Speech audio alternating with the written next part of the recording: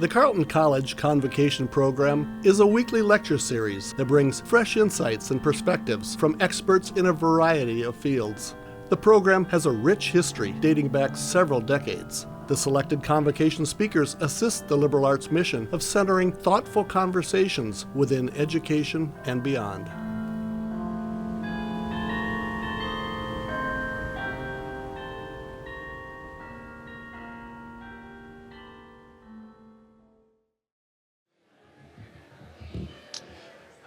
Good morning, y'all.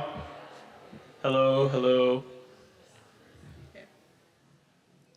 Good morning.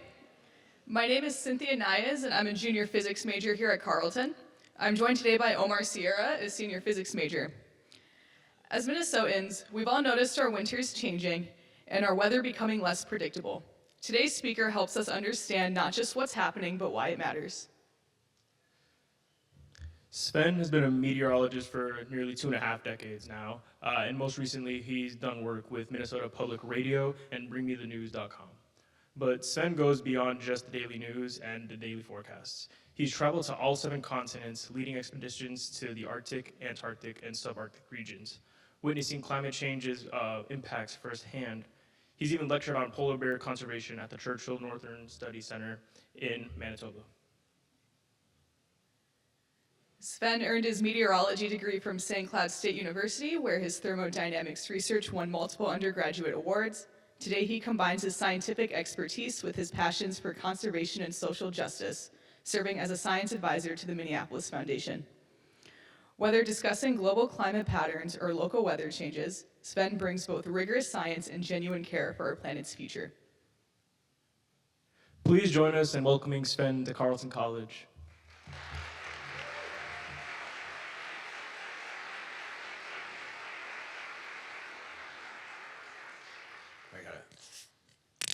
There you go.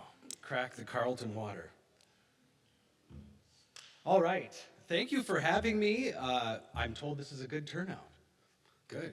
How many people are from Northfield, or how many? I know some people drove from other places. Raise a hand if you're from Northfield. How about who came from the Twin Cities or somewhere far away? No, not that far. Was interesting to see, though, how much less snow they got here, right? South Metro, the Twin Cities, got just pummeled on Wednesday. Kind of a surprise, which is actually fun as a meteorologist. It's humbling to know that we still don't know everything, and AI is still far behind. I always tell people, if you think our forecasts are bad, try a computer forecast. It's even worse. So I want to talk about kind of a global perspective because it does matter. Minnesota is heavily influenced by the Arctic region, and so what's happening in the Arctic directly impacts things here. That's why our winters are changing so dramatically. So I'm going to tell you a little bit about my climate story. There I am holding a polar bear skull. As they mentioned, I've led several trips to Churchill, polar bear capital of the world. So if you ever want to see polar bears, stay tuned. I go up there every so often in November. You go then because they're waiting for the sea ice to form. They haven't eaten since August, historically. Now increasingly it's July or sometimes June, because the sea ice is going out earlier and it's forming later. And so they just kind of, it's unique in polar bear territory that they kind of gather. They sort of do this quasi-migration because they know instinctively that the ice forms first around Churchill, because the Churchill River, fresh water flows into Hudson Bay, which of course is a salty body of water, and that fresh water allows the ice to form there first, and they need ice to hunt seals. It is their hunting platform. Polar bears are fast in water, but a seal's faster. And kind of the way I got into meteorology, looking back now, I realize it was kind of because of climate change. At the time, I didn't realize it. In the upper right there, you can see a picture of my dad. He was a ski jumper, Olympic ski jumper 50 years ago, exactly. He was in the Innsbruck Games, did not get a medal though. Americans rarely get medals in ski jumping. But, so we all grew up ski jumping too. Before we could remember, as we tell people, before we knew better. You know, we get into ski jumping at 2-3 years old, you bounce off of trees, it's fine. And it was sort of the beginning of these, what have become less reliable, milder winters with less snowpack in the early to mid 90s. And as a ski jumper, I was like, where's the snow? We didn't have all the snow guns that you have at, at a lot of your ski places like Welsh Village or something. We had like one. So if we were having a winter without snow, that was a lot of work and a lot of water. And if it was too warm, you couldn't make the snow anyway. So that got me into, well, where's the snow? How are we missing storms? How do they forecast that? Why are they so bad at it? Blah, blah, blah. And then I threw in here a little image in the middle. Does anybody know what that is by chance? What that picture is, that painting? Bonus points if you get it. That is my 11th great grandfather pleading for his life at the Salem witch trials. He was one of the men executed for being a witch. So I kind of like to think I got into weather because I'm a little witchy too. The whole family was accused of witchcraft. Crazy times. But then you look at America now and you think, well, we're still crazy. So I have been all over the world, to all 7 continents, most recently Antarctica in January, crossed that off the list. And Antarctica is fascinating in a number of ways. It does not impact our climate, but it does give us a really good picture of Earth's past climate. It is sort of the time capsule of Earth's climate because it has the oldest ice in the world. 90% of the continent is covered in ice. It's a mountainous continent, and then it's covered in some places with a mile thick of ice. So you think it took a long time for your ice piles to melt last week. Think of how long it takes to melt a mile's worth. And so I just have a couple of videos just to show like how beautiful it is. Icebergs everywhere. And these are mostly breaking off of ice sheets. And just the colors, like I tell people, you think being from Minnesota, you've seen every form of ice, blue and white. We're talking about the good ice. But like you get to Antarctica and it's all the different colors, greens and blues, and all that ice means something. The bluer the ice, the older it is because you've literally pushed out all the air bubbles. So snow, when we see snow, it's because of all that air. And so that's what our eyes see, all that scattered light, so it's white. The more snow you compact and push down, we kind of see a mini version of this in the winter.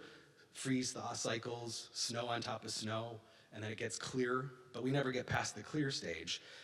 In Antarctica and in Greenland, it keeps going until it turns blue or green, and that's very old ice. So here's me on the left holding a chunk of what we think is probably at least 5,000-year-old ice that I was there for my birthday and put it in my bourbon. So did not unlock some 5,000-year-old virus, luckily. That's what after I drank it, I'm like, what if there's something trapped there that we don't want to unleash again? But it was fine. And just recently, in the last couple of years, we were able to core the oldest chunk of ice, 1.2 million year old ice, to give us a picture of Earth's climate back in the day. So this is just showing a variety of ways that we recreate Earth's climate. So skeptics will say, well, where were the thermometers 100,000 years ago? They're so smart.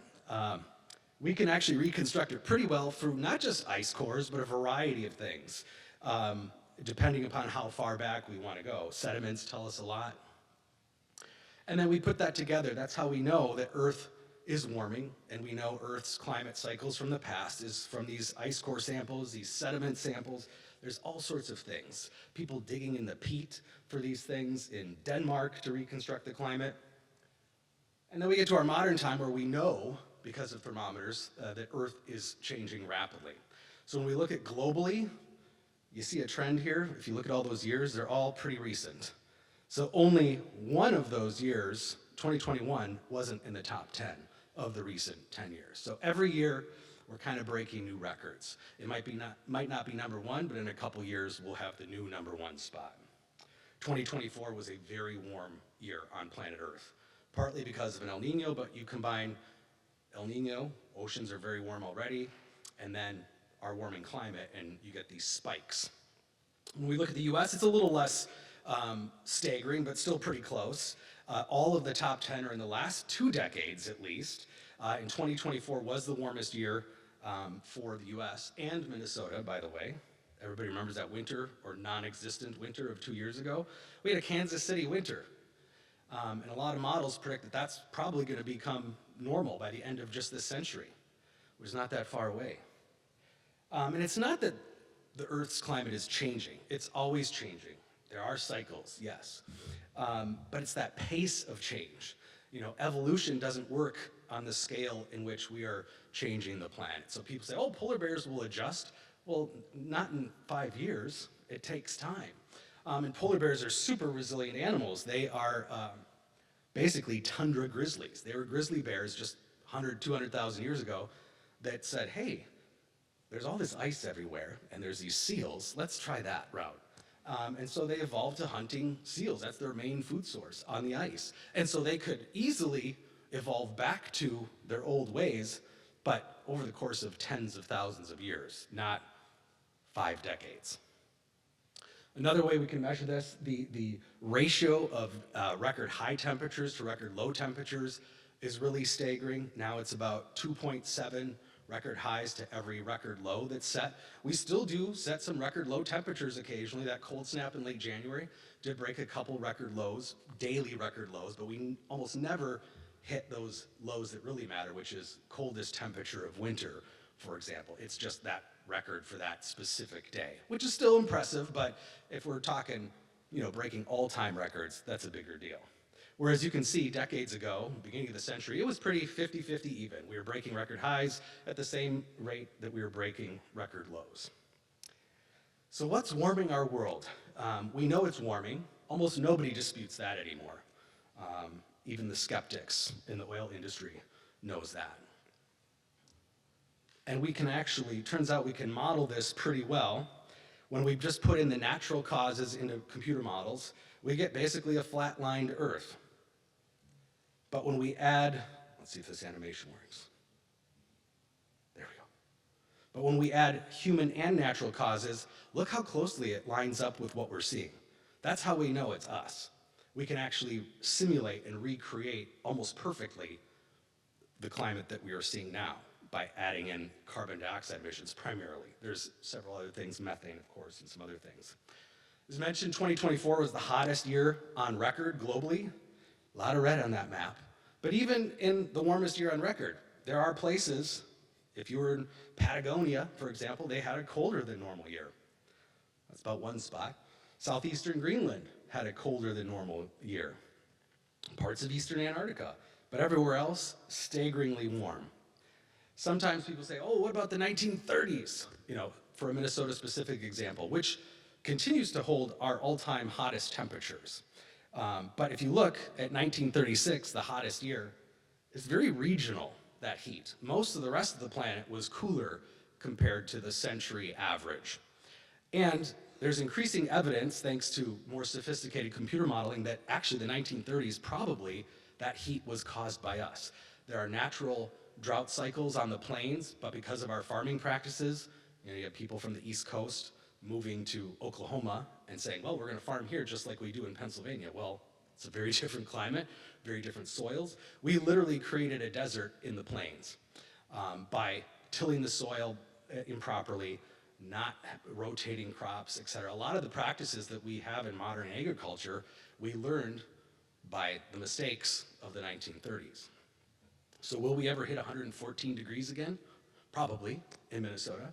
That is our all-time record, but for now, that stands. And we'll talk more about the interesting changes that we're seeing in the summer.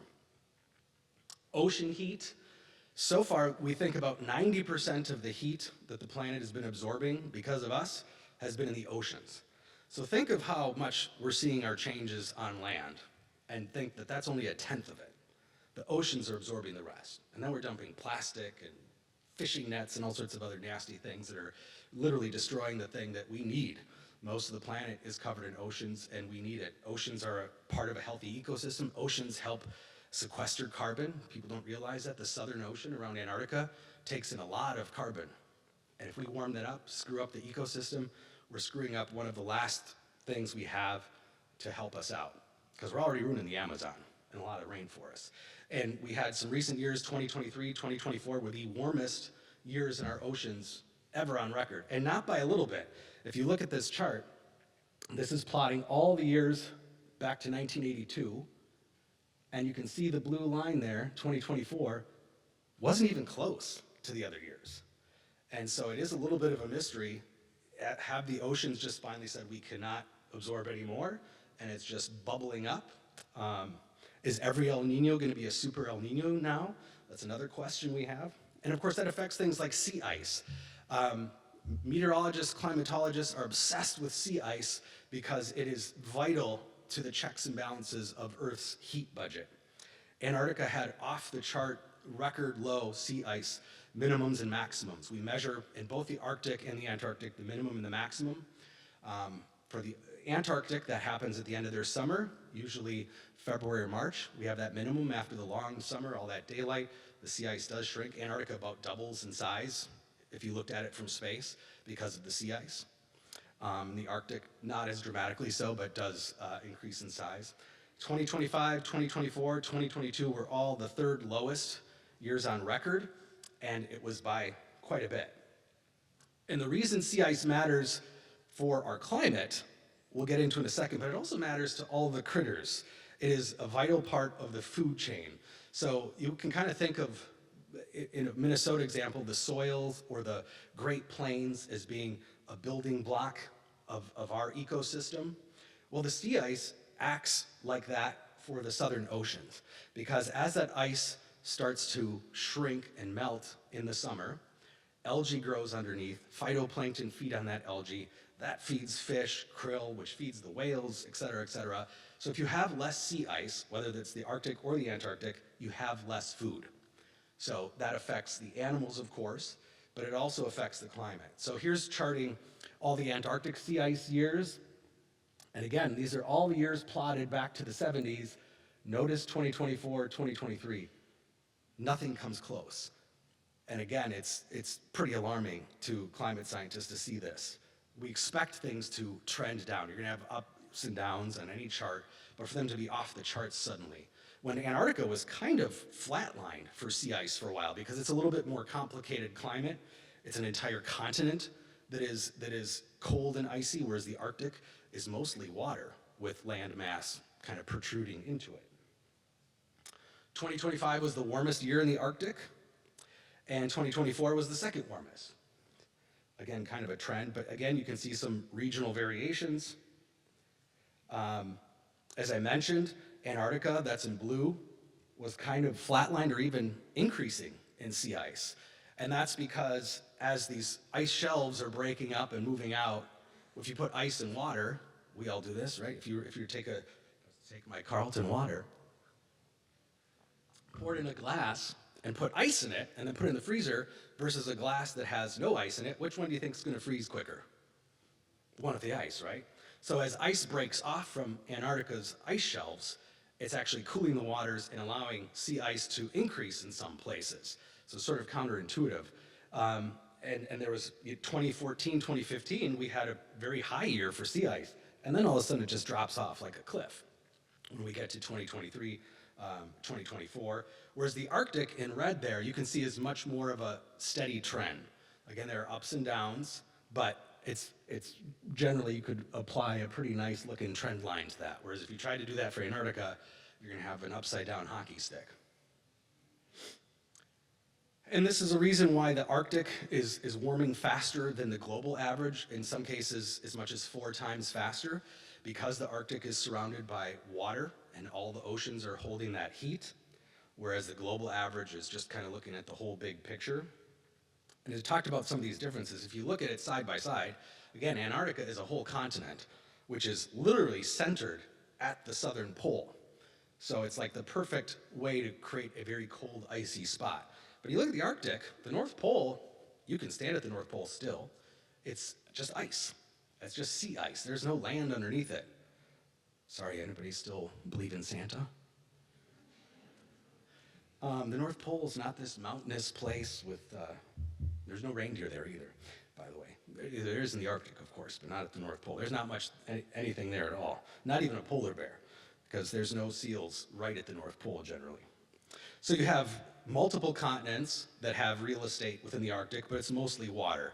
So when we talked about these record warm levels in the oceans, all that extra heat is accumulating in the Arctic. And a place like Svalbard, where I've been a couple times, literally sits at the end of the Gulf Stream. So to make matters even worse there, all that ocean heat is like a conveyor belt ending at Svalbard. So in some parts of Svalbard, it's warming at 6 times the global average. The fastest moving glaciers on the planet are in Svalbard. You go there and you look at the glacial moraines and you're like, wow, those have really shrunk. And they're like, yeah, but look all around, and it's even more dramatic. Whole islands are popping up that they didn't know existed because of the glaciers are retreating so quickly in Svalbard. Just another view of global ocean temperatures, again, 2024, off the charts, 2023, and then all the other years. There's a definite trend. This is by some of those decades. You can see the 90s, the 2000s, 10s, 20, 23, and then all of a sudden, whoosh, off the charts. Last year, the Arctic set its low maximum. So in the Arctic, it's the opposite, of course, just like the northern and southern hemisphere seasons. So we measure the maximum sometime in March is when the sea ice and the Arctic reaches its maximum. So we measure that and the minimum. We do daily measurements, but those are the big ones we look at. And last year, the Arctic's sea ice was at a record low max. I don't know if that kind of makes sense.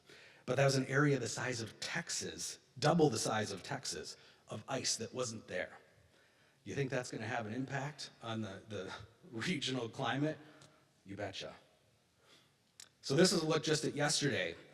Right now, it's not as bad as last year. This is literally February 19th. Yesterday, we're tied for the third lowest sea ice in the Arctic for this point in the season.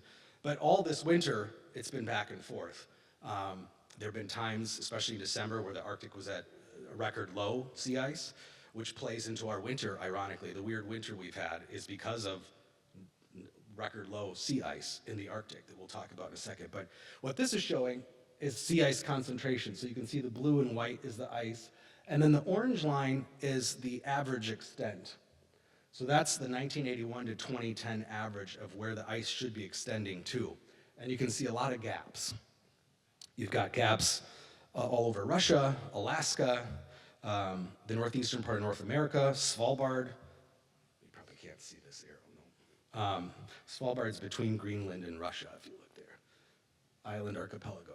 Svalbard should be completely encased in ice at this time of the year, and only the eastern side has sea ice. So that means all the polar bears are having to go to this eastern side of Svalbard to eat, or what they're already witnessing in Svalbard a lot is polar bears are heading away. They're leaving Svalbard to other areas. They will follow the sea ice to a point, because again, they're pretty resilient. They're excellent swimmers. Polar bears will sit out on Hudson Bay until literally the last chunk of ice, maybe the size of this room, will disappear, and then they swim to shore. Hundreds of miles, no problem. But if you're a mom with cubs, do you think she can do that? She can, but the cubs can't. So we're seeing a big mortality drop off in cubs, especially in the western Hudson Bay population, which is the fastest warming of the polar bear range. This is just a list of all the low years of maximum extent, so that March time period when the Arctic should be at its most sea ice, 2025, 2017. Again, these are all in the last couple of decades. There are ups and downs, but none of these are from the 90s, which is when we started to really notice, wow, the Arctic is changing, and now it's way worse than even then. Will Steger, some of these explorers will talk about the early to mid 90s being up there and be like, we've never seen this before. What is this? Pools of water in February in parts of the deep Arctic. Well, that was just the beginning. You know, and a lot of people have been talking for decades, sounding the alarm. So why does sea ice matter so much to the climate? Well, Minnesotans kind of know this. If you have fresh snow and you can have a bright sunny day, you're not going to warm up a whole lot. 90% of sunlight gets reflected from fresh snow or fresh snow on sea ice. And the oceans, we don't necessarily think of like a parking lot, but they're a parking lot basically from space, a big black parking lot that absorbs 90%, 94% of incoming solar radiation. So snow-covered sea ice is reflecting back 50 to 90% of sunlight. And this matters in the summer when the Arctic and Antarctic have 24 hours of daylight. If you're getting rid of sea ice, areas twice the size of Texas that are now absorbing 94% of the sunlight, this is a positive feedback loop. And this is why the Arctic has that runaway warming compared to the rest of the planet. And this is partly why Minnesota is seeing warmer temperatures in the winter, less reliable snow cover. I know some people don't like winter, but it's really important. I always say, the only thing keeping us from being Missouri is our winters. Nothing against Missouri, but I don't want Minnesota to be in Missouri. And another thing that we measure is not just sea ice, but old sea ice, because not all the sea ice melts in the long Arctic and Antarctic summer. So we have what's called multi-year ice that's several years old that sits there still. When I was a kid in the 80s, that was almost half of the summer sea ice that was left over. So in September, we measure the minimum at the end of the Arctic summer. Half of the ice was multi-year ice. Now it's only about 7% of the ice. So that's why you keep hearing about, we're all wondering, when will the Arctic be ice-free? There is going to be a point, probably sometime before this century ends, where at the end of the summer in September, there will be no sea ice left in the Arctic. And that is a really scary runaway effect. Remember going back to the glass of water with ice in it, without ice versus ice, even a little bit of ice, it's going to have a huge impact. And that chart there on the right just shows how much of that ice has become now first year or seasonal sea ice compared to the dark area on the bottom, which is that ice that's at least 5 years old. So what's that mean for our great state? We talked about, we don't want to be Missouri, right? For probably a whole list of reasons we won't list out. Here's some highlights of our climate. Winters warming rapidly. This winter to me is really just a scary example of have we kind of gone to a point of no return, because when we look at everything, all the variables that impact a Minnesota winter, this should have been a normal winter at least, maybe even a colder than normal winter, and it isn't. It's going to go down, it's probably a degree above normal. February is probably going to end up the 10th warmest, and that's scary. We had a couple weeks of cold here and there, a couple snowstorms, but it could not consistently be winter. It should have just hit at Thanksgiving, and we should all be whining precipitously by now, but it really hasn't been that bad. We survived the 10 days of cold in January that wasn't even that cold when we look at it compared to historically. Late winter, early spring, specifically February and April, are complicated when we look at the climate picture. We're going to talk about that here in a minute, but just put that in the back of your head. We talked about less Arctic sea ice, ironically, is impacting our winters in a way that you wouldn't expect. These cold outbreaks this winter have been because the Arctic had record low sea ice to start in the fall and record warm temperatures. Our summers are becoming longer, so interestingly, July and August are warming very slowly, actually. Winters are warming rapidly. July and August are peak heat of the year. In this part of the world is not getting extreme yet. Desert areas, the desert Southwest, a lot of Africa, are seeing these more brutal heat waves and such in the summer. We're not seeing that so much here yet, but our summers are becoming more humid and summers are getting longer. Increasingly, summers are starting in May and ending, well, this year, second week of October. Remember, it was 91 degrees on October 3rd, the latest it's ever been that hot. Fall, rapidly warming. September is basically becoming an extension of August, which is hard to complain about, I guess, if you really like summer. I know I was on the lake a lot this year. But again, we don't want to be Missouri. More extreme precipitation events. So these are the two things that I think most people notice the most is our winters disappearing and these deluges of both rain and snow. These 6-inch rainfalls that used to happen very seldomly. Now, southern Minnesota has a 6-inch rainfall almost every couple weeks. When I was a kid, the only thing that stood close to that was the superstorm in 1987, where we got a foot of rain and flooded the city. So here's looking at winters since the 1960s, and you can see a very steep trend line there. There's more variability in winter, so while I mentioned summer is not changing that fast yet, summers are more consistent. So for example, I think it's about 8 of the last 10 summers have all been warmer than normal. Whereas if you look at winter, it's like 6 of 10. So there's more ups and downs with winter. And when I say normal, we use the modern, we adjust our averages every 10 years to try to capture what the modern climate looks like. And there's a whole lot of debate about, we kind of have to throw that away because 30 years is too long.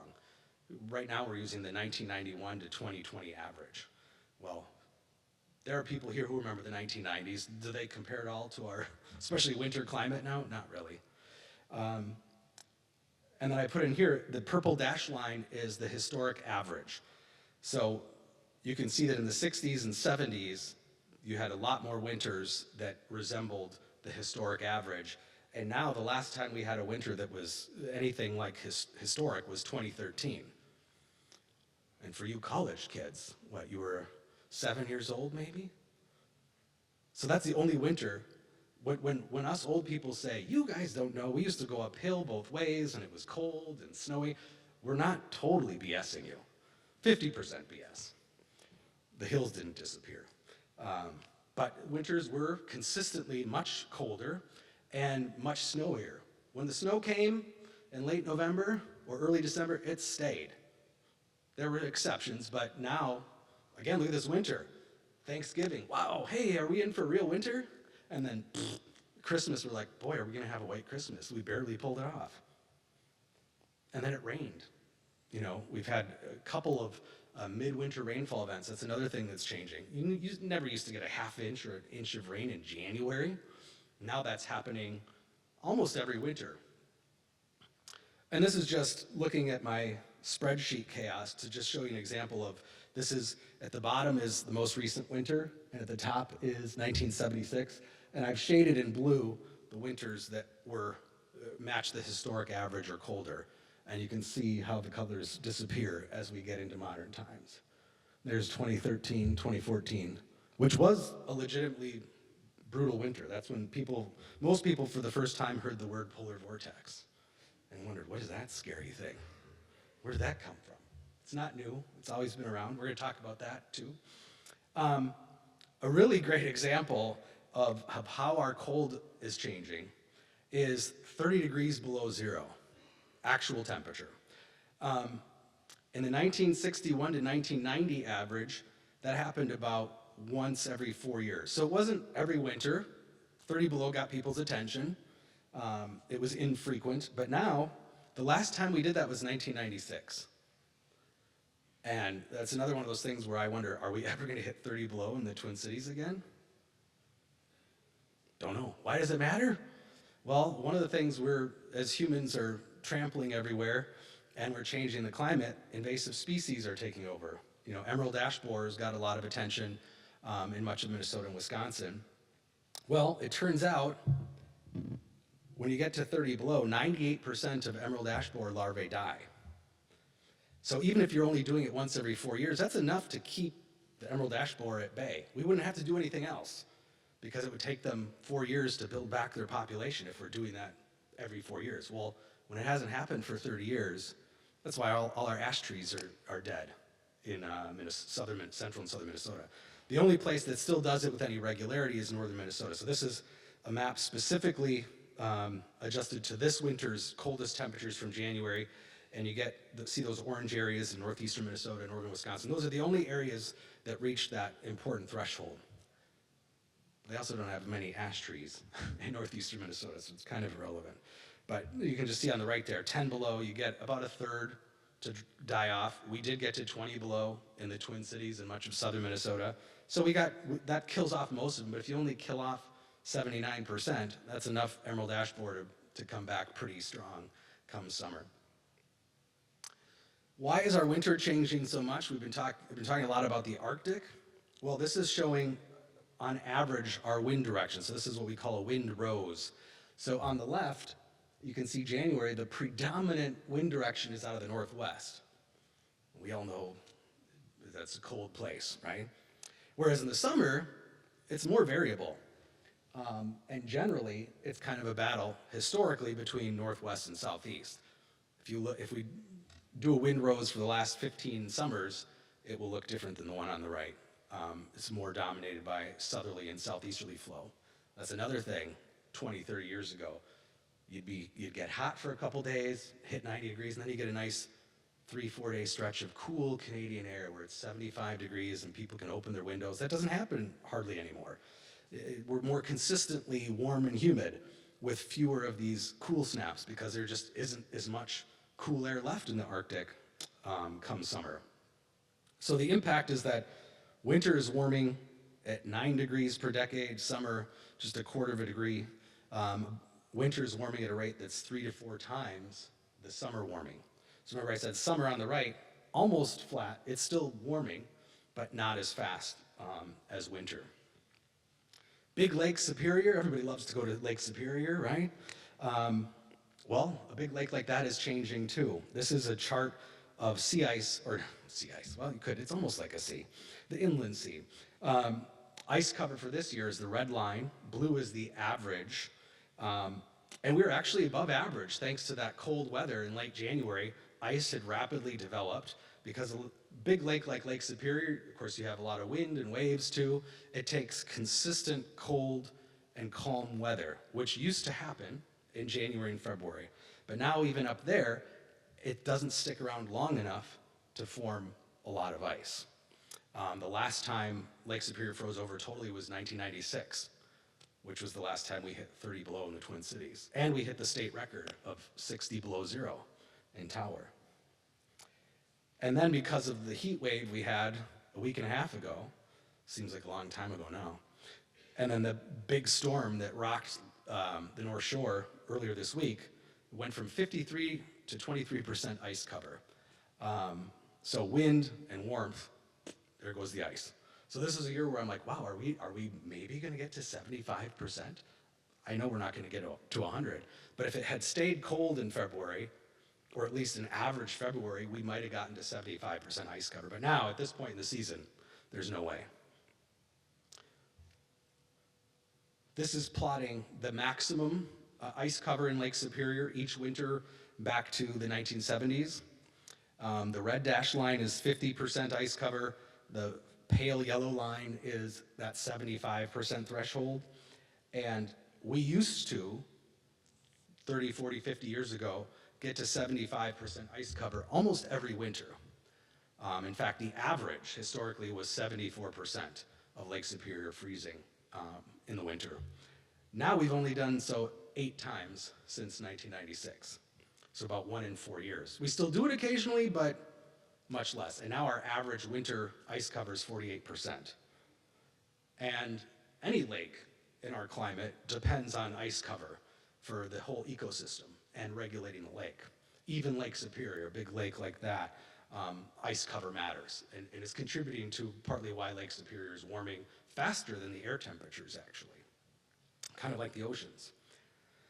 So I told you to talk about the polar vortex and the sort of counterintuitive effects on our climate. Well, one of the things we're seeing is as the Arctic is warming faster than the rest of the planet, it's messing up the jet stream patterns because wind is caused by pressure differences or temperature differences.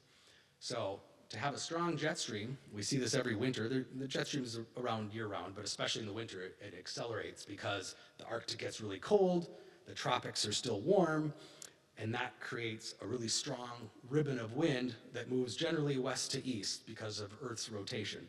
The air wants to go from warm to cold because think of warm air in the tropics rises, you have more air aloft over a warmer air mass compared to the Arctic where the air is dense, hugs the ground. That air wants to move that direction, and then Earth's rotation causes it to go generally kind of a west to east orientation. But you decrease that temperature difference, you decrease the wind speed. And a decreased jet stream means it gets more wobbly, and it allows these intrusions of cold air, like we saw this winter a couple times.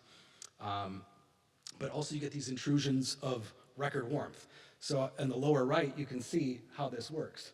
So like a week and a half ago, no, just a week ago, gosh, doesn't it seem so long ago that it was 54 degrees? We were in that warm bubble there. Well, the East Coast was still pretty cold, and Europe was cold. So you get that wobbly jet stream pattern, whereas normally, if everything goes the way it should kind of look like on the left side. The jet stream always wobbles a bit, but it's becoming more wobbly. So the polar vortex, there's actually 2 of them, if you can believe it. Now everyone's really scared. 2 polar vortices? Oh my God. But when we're talking about the polar vortex, we're usually talking about the stratospheric polar vortex because that impacts what happens in the lower atmosphere. We live in the troposphere. That's the bottom 40,000 feet of the atmosphere. But in the stratosphere, 10 to 17 miles up, a really strong polar vortex develops, because in the Arctic, what happens from October to February? Total darkness, and ozone, which is in the stratosphere, cools rapidly. So in the summer, when the sun is hitting it, it's this rapid fire chemical reaction, heats up really, really fast, and it protects us from UV radiation because ozone is absorbing a lot of that UV in that whole process. But in the winter, it goes dead calm, and the air sinks and gets really cold in the stratosphere and forms this spinning, like a sink drain vortex. Well, when we have all this extra warmth in mid-latitudes, it literally punches the bottom of the polar vortex in the stratosphere. And when that happens, it knocks it off its rocker, stretches it, breaks it apart sometimes, and then there's a ripple effect. You can imagine imagine the polar vortex is like a balloon up on a trampoline, and if you keep hitting it, and if it's a really heavy balloon, what goes up must come down, and it has a ripple effect on the cold in the Arctic, spilling it southward. So this is the polar vortex literally from yesterday in the stratosphere, and what I want you to notice, I'm gonna go back and forth. The black dashed line is the Arctic Circle. The blue dashed line is roughly the polar vortex right now. It's off quite a bit from where it should be. In a stable situation, the polar vortex should roughly resemble the Arctic Circle, be symmetrical and centered somewhere in the Arctic. Well, right now it's centered over Norway and Sweden. And so that's why Europe has been pretty cold. It all depends upon where it bounces around. We had a couple of these cold intrusions here, the beginning of winter, which gave us the snow and cold initially, and then that late January stretch. Speaking of which, here's late January, and you can see the whole central and eastern part of the country, pretty cold. But look at the Arctic. It's really warm. Literally, the Arctic air was just displaced into mid-latitudes where it doesn't belong. And so the Arctic fills with warm air, like a vacuum. So it's another one of these runaway positive feedback loops. And then most recently, we've been warm, but Alaska and then Europe was really cold. And it's important to look at the big picture. What is the net effect? Yes, we were cold for a couple weeks in January, but while we were averaging 10 to 20 degrees below normal, the Arctic was averaging 20 to 35 degrees above normal. So the net effect, if you look in the lower right, I put in this one here, we were still almost a degree above average in the whole northern hemisphere, and most recently almost 2 degrees above average. So yes, there's pockets of cold, but the warm outweighs the cold. Our recent February heat wave broke a couple different records. 2 daily records, the 13th and 14th, is the warmest Valentine's Day on record in the Twin Cities. The previous record was 50. We shattered it at 54. And the bigger, more impressive record to climate person is the fact that it was 5 consecutive days of 50s. You know, we hit 50 even in January once in a while, one day maybe 2 days. But to have 5 consecutive days in midwinter, that's never happened before. It's never happened that early. We've had consecutive 50s in the second half of February, but not starting on the 13th. We should still be in the throes of winter. Like I said, we should still be whining right now if it was a century ago. And then, of course, it was followed by this big change, the other side of that wavy jet stream, cold and snow. You guys didn't get as much snow here, sorry. And it supercharged the system. Climate change is supercharging all these systems. So ironically, while our winter temperatures are warming dramatically, snowfall is increasing too. And people are like, what do you mean? We're getting more snow now? But we're not seeing it because we're seeing more of these freeze-thaw cycles than we would have historically. If we had historic winter temperatures and the snowfall we get now, it'd be looking like Duluth around here. But it's a lot warmer, and we're getting these rainfall intrusions that melt the snow too. Rain is like acid on it. And we used to be, even just 10, 15 years ago, we couldn't say conclusively, well, we can't blame climate change on a specific weather event. Well, now we increasingly can. We have these rapid attribution analyses, better computer modeling, better statistical analyses, and we can actually say, yes, the elements of this storm system were made stronger because of our warming climate. So, for example, February 17th, that was Tuesday, right? The day leading into the storm system that battered the North Shore and then parts of the southern part of the state. Those numbers are how much climate change has made those temperatures more probable. So the air flowing into the storm system was 2 to 5 times more likely because of climate change, those warm temperatures. Yeah, I think Omaha hit 70 degrees a couple times in that 5-day period where we were in the 50s. Like, that's nuts, even for Omaha. And the impact is a warmer atmosphere holds more water vapor. This is why winter snowfall is increasing and Minnesota precipitation overall is increasing. We still have these extreme cycles of drought and floods because that's our normal part of our climate, but we're supercharging those cycles. The droughts are becoming more droughty, more extreme, and the wet periods are becoming wetter. So instead of this, now it's like this, extremes. So when we get to Wednesday, this is looking at precipitable water content, the moisture in the atmosphere. If we were to condense out all the moisture in the atmosphere column, this gives us an example of how much moisture is available for a storm system. The area flowing into our storm that was over Arkansas, Tennessee, was 2 to 3 times the normal moisture content for that time of the year. Almost 2 standard deviations above average for statistic nerds. So that supercharged that storm system. So we can say the 38.6 inches of snow that Hovland on the North Shore got out of that storm probably wouldn't have been that high if it had been the same storm 30 years ago. It still would have been probably 2 feet of snow, impressive, but there would have been less moisture available for that storm system to work with. We get to the warm season, we're seeing downpours increase dramatically, 42% increase in downpours. This is just sort of a summary of what's going on with Minnesota's climate already. I'm going to go through these last ones fast because I want to leave some questions, but you're all going to have access to copies of these slides too. But I mentioned that summer isn't necessarily getting a lot hotter, but when we look at it in terms of the heat index, in red, those are record heat waves in terms of the heat index compared to historically. So that's the factor there that's contributing is the dew point. So because our summers are getting more humid, the heat index is actually increasing. So if we plot heat index, that is increasing more dramatically in the summer compared to the heat waves of the 30s. That was a dry heat. I know 114 degrees with low humidity is still hot, but we're reaching those 110, 114 heat indices more easily now because of dew points. Septembers are warming. Half of the top 10 Septembers are all in the last 10 years. It's leading to mass extinction crisis, humans doing the things that humans do, plus changing the climate. So you have animals like rhinoceros, who've been here a long time, the black rhino. They can handle a lot, but now we're coming at them with poaching, taking up their land, and then we're heating up the climate, increasing droughts. That's what's leading to extinction for a lot of species that have been here a long time. You know, we're the new kids on the block.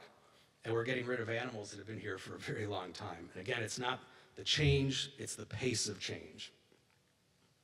27% decline in the polar bear population in western Hudson Bay in just a 5-year period.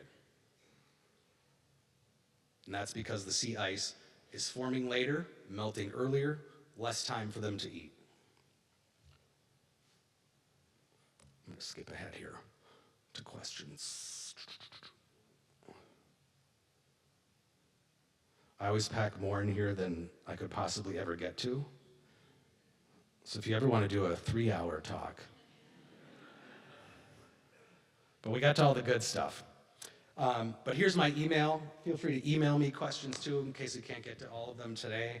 I know some of you are going to join me for lunch too, so a little Q&A.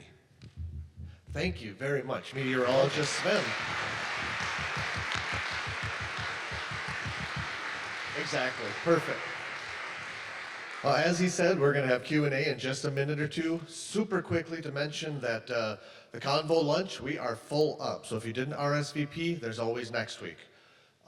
Just to mention, we are back in AGH today for those who RSVP'd. Speaking of next week, that is our last convocation for winter term. So next week, last convocation.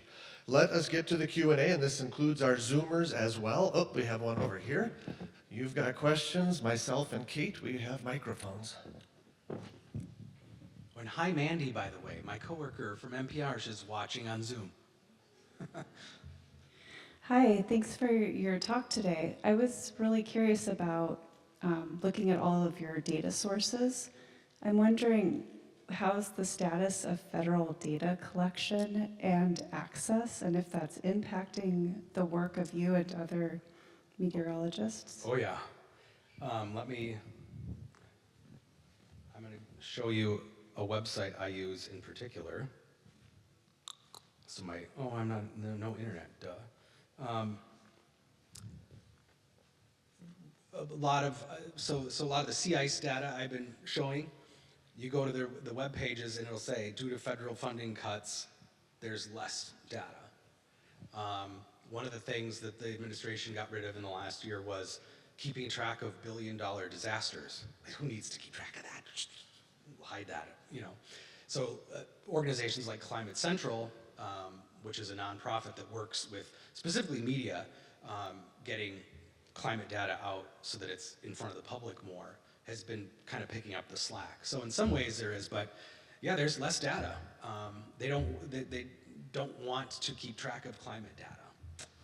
So some of the slack is being picked up elsewhere, some of it's just being lost. Thank God we've got other organizations in the World Meteorological Organization, the Australian Meteorology Bureau is really good. Europe keeps track of a lot of similar data, but you know, we're supposed to be a leader in this stuff.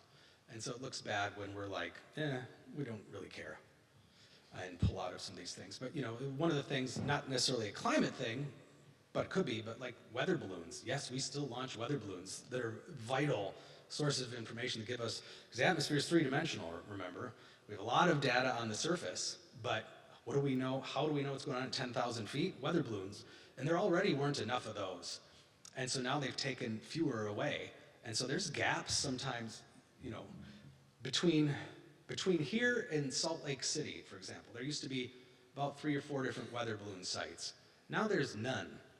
Well, our weather kind of comes from the west sometimes. So, you know, there are gaps in the data, and the computer models have to guess. And they already have to make guesses. You know, satellites can fill some of the void, but we still need actual data. So there's ongoing research right now, because this is also recent, that some of the forecasts are getting worse for severe weather and for big storms. Like this last storm, was it a surprise that we got 8 inches of snow in the Twin Cities because we were missing data in the middle of the atmosphere? Very possible. Thanks a lot for a great presentation. Regarding data and ocean currents, you had a lot of great data on the Arctic and Antarctic. Is there data on ocean currents, and can you comment on how, for instance, the Gulf Stream is predicted to change, and could it change dramatically? What can you say about that? Yeah, we are seeing changes in ocean currents already. The Gulf Stream is slowing. I wanted to go back to this image. Where did I? Don't get too dizzy. Where was that? Is that it? Wait for it. Oh, yeah. 2024, the hottest year globally. That little area of Greenland, that's because there was more rapid sea, not sea ice, the ice shelf on Greenland melting more rapidly, cooling the waters off of southeast Greenland. So that's why it was cold, colder than average that year. Not because there was some freak cold air around and climate change isn't real, but because they're melting the ice so fast off the Greenland ice sheet that it's cooling the waters there. And that's fresh water, which then impacts ocean currents, because there's different densities of warm salt water versus cold fresh water. And so that's how things like the Gulf Stream are starting to change. There's also the Benguela current, which goes along the southern part of Africa, is shifting too. Again, we could do 3 hours on this stuff, but I went a few years ago to South Africa, always wanted to jump in a cage with great white sharks, because I'm a ski jumper, I'm nuts. And we didn't see any great white sharks. We saw other sharks, and we asked the guy, we're like, well, where are they? He's like, oh, we haven't seen great whites here in a few years. And I'm like, what? Why didn't you tell me that before I paid $150 to be out here? Because they're following the changing ocean current. They are a cold water-loving shark. That's why you have so many of them off the coast of California. That's why I never go into California waters past my knees. But yeah, the ocean currents are changing too. The warming of the oceans, the changing of adding fresh water, both from Antarctica and Greenland. Oh, hi, thank you so much for being here. This is such an interesting topic, so thank you. So earlier in your presentation, you mentioned El Nino and how that will affect climate patterns. Can you talk a bit about how La Nina, which is the opposite effect, will have an effect on climate change in Minnesota and like the vortexes and the patterns you discussed? Yeah, so the interesting thing, El Nino is warm, for those who don't know, we'll do a little summary. The warm waters off the west coast of South America. What happens is the trade winds slow down or even reverse, so warm water kind of builds there. Whereas normally at the equator, surface winds move east to west, and that pushes the warm waters that's heated in the sun into the western Pacific, and you get upwelling, deep water coming from the bottom to fill the void. So the waters off the coast of South America are usually pretty cold. El Nino, that pattern breaks down, it gets really warm. El Nino is like a slam dunk for us as far as a warm winter. Like when we know we have an El Nino, especially a strong one, at least a 75% chance we're gonna have a mild winter. And so when we have these super El Ninos like 2 years ago, like 90% chance. And so that winter was off the charts warm because El Nino plus climate change just spiked the ball. La Nina used to be, and this is one of these climate cycles that's changing because of the warming climate, we used to be able to say, well, about 60% of La Ninas are colder and snowier than average for Minnesota. It was just a slight correlation. It's not as much of an impact on our climate. But now, this year's a La Nina year, and it's gonna end up warmer than normal. Snowfall is gonna be about average. And then we had that triple dip La Nina, some of you probably heard about in the news a few years ago. The 3 winters preceding the 2023-2024 winter were 3 consecutive years of La Nina, which is pretty rare. It's only happened a few other times. 2 of those 3 winters were warmer than normal, which is, remember, normal is the modern average even. So we're kind of having to throw out some of the old rule books about what does La Nina mean for our pattern, because the oceans are so warm, does it matter anymore? Thank you so much, Sven, for your talk. I was curious, you made a brief remark at the beginning about AI and how you think it's, kind of like the technology is not as sophisticated as it is. But I'm curious, do you think in the future AI will become sophisticated enough to be used in a meteorological sense? And if so, can you see it being integrated in perhaps like meteorological like prediction or climate change prediction, or do you think like the costs with like the environmental costs like water use and energy use are too big like for us to incur? Yeah, so it is going to be, it's already becoming an important tool, but it's sort of like our computer models. We've got a dozen forecast models that we look at any one day, especially for like a snowstorm or something. So now it's just another kind of model to look at. So like the European model, this is the European model forecast temperatures for the Twin Cities, which by the way, you can see we're going to be back into spring next week. So we'll be back to our regularly scheduled thaw. So there's an AI version of the European model too, which has showed skill. So far the AI version of a lot of these models does appear to be more accurate than the models themselves, but it's still got a lot of way to go. And so I think like AI generally, it's going to become more sophisticated and but I think it'll always be a tool. Partly I want to pretend there's always a job for a human meteorologist, but yeah, getting into all the energy and water it uses is a whole other thing. I think for weather forecasting, it's probably a good investment, but for people like my boyfriend who uses it to write a quick paragraph on social media, do you really need to, use all that electricity just for that? I don't know. And I'm just going to mention this will be our very last question too. Better be a good one. Hi. Thank you for the talk today. You bet. Last summer, the U.S. saw its first EF5 tornado since 2013. How do you expect the effect of climate change, especially in the upper Midwest, will impact the severity and frequency of these violent tornadoes? You're lucky, that was a good question. Yeah, so severe weather is really complicated as far as trying to predict climate trends.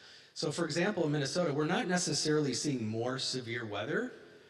Part of that is we're getting some of these, drought years that are, so Dr. Mark Seeley, if everybody knows, climatologist, I want to say retired, but he's still, if you're a weather geek, you're a weather geek forever. There's no really retiring. He talks about how the term flash drought was never used in Minnesota until the last 5-10 years. Think of not this September, but the last September, how we had that wet summer, and then it just stopped. And then all of a sudden it didn't rain all fall.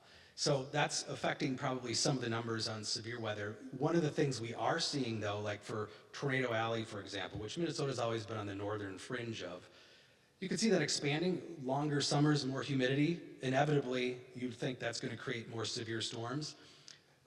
But the biggest thing we're seeing so far is that we're seeing more rainfall out of these storms rather than more severe weather yet here, but there are some interesting trends. The Tornado Alley appears to be shifting further east, and the timing of severe tornadoes, especially what we call significant tornadoes, those EF3s or stronger, are shifting more into the night, which is bad.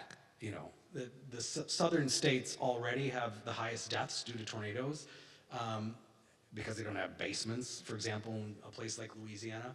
And so when you're taking that prime tornado time from 3 to 7 p.m. and now it's 7 p.m. to midnight, and it's shifting more into Tennessee and some of those areas, that could impact safety and, again, these billion-dollar disasters and things like that. So there's a lot of question marks as far as how climate change is going to affect things like severe weather.